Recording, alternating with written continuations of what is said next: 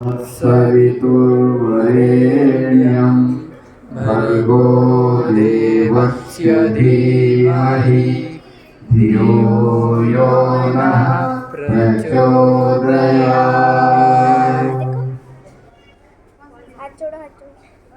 हम सभी की श्रद्धा की केंद्र बिंदु और इस आर्य समाज के बहुत ही प्रतिष्ठित कन्या गुरुकुल की संस्थापिका संचालिका आर्य जगत की गौरव, वर्तमान में पूरे आर्य समाज में वैदिक सिद्धांतों को अपनी बहुत ही प्रभावशाली शैली में अपनी वाणी में उपस्थित करने वाली शास्त्रार्थ महारथी भी ये मैं कहूँ तो अतिशयोक्ति नहीं होगी।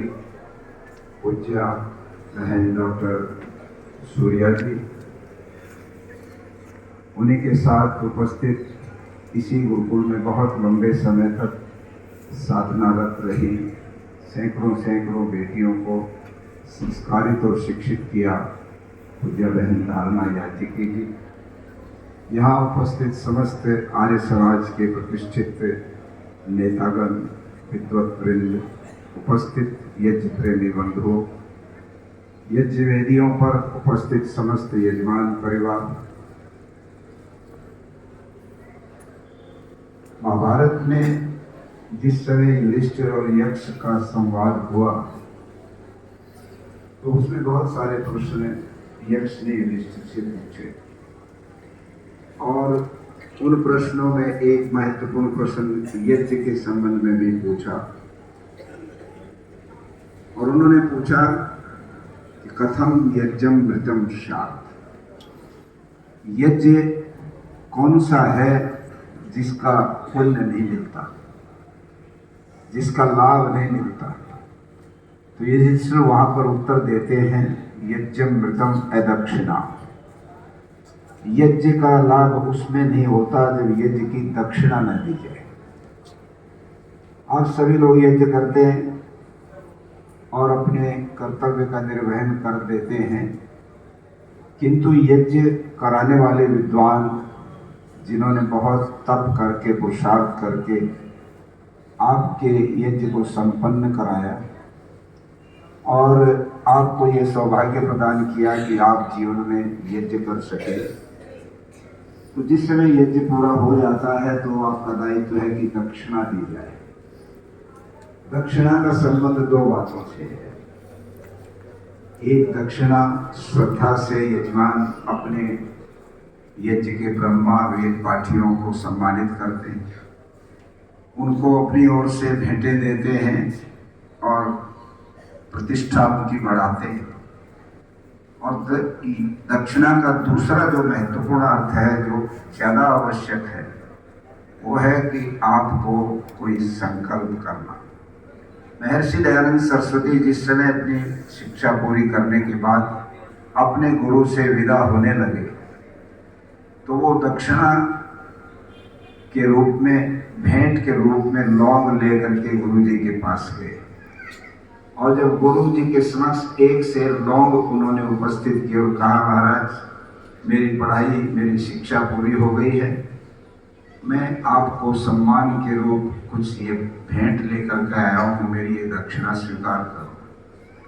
स्वामी विरजानंद जी ने पूछा, दक्षिणा में क्या लाए हो दयानंद? तो वो कहते हैं शेर भर लौंग लेके आया हूँ क्योंकि आप लौंग बहुत पसंद करते हैं। स्वामी विरजानंद जी लौंग बहुत खाते रहते थे, दिन भर उनके शरीर में वायु का रोग था और वात रोग में लौंग का लाभ होता है, तो लौंग खाते थे। स्वामी दयानंद ने समझा कि गुरु जी को लौंग पसंद है, इसलिए लौंग दी जाएगी तो प्रसन्न होंगे और आशीर्वाद देंगे।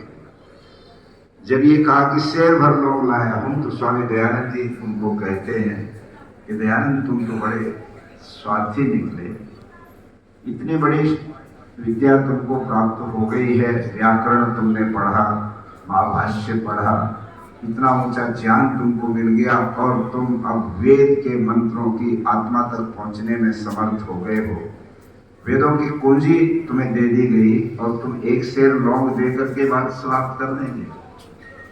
ये बात कही तो स्वामी दयानंद जी चिंतित हो गए कि कि गुरुजी को शायद लग रहा है कि लौंग में कम लेके आया, तो वो फिर कहते हैं कि गुरुजी मेरे पास तो कुछ है ही नहीं, ये भी तो मैं भिक्षा मांग के लेके आया हूँ। अमरलाल जोशी जी के घर से लेके आया हूँ, जिसके घर से मुझे 2.5 साल से भिक्षा भोजन के रूप में प्राप्त होती।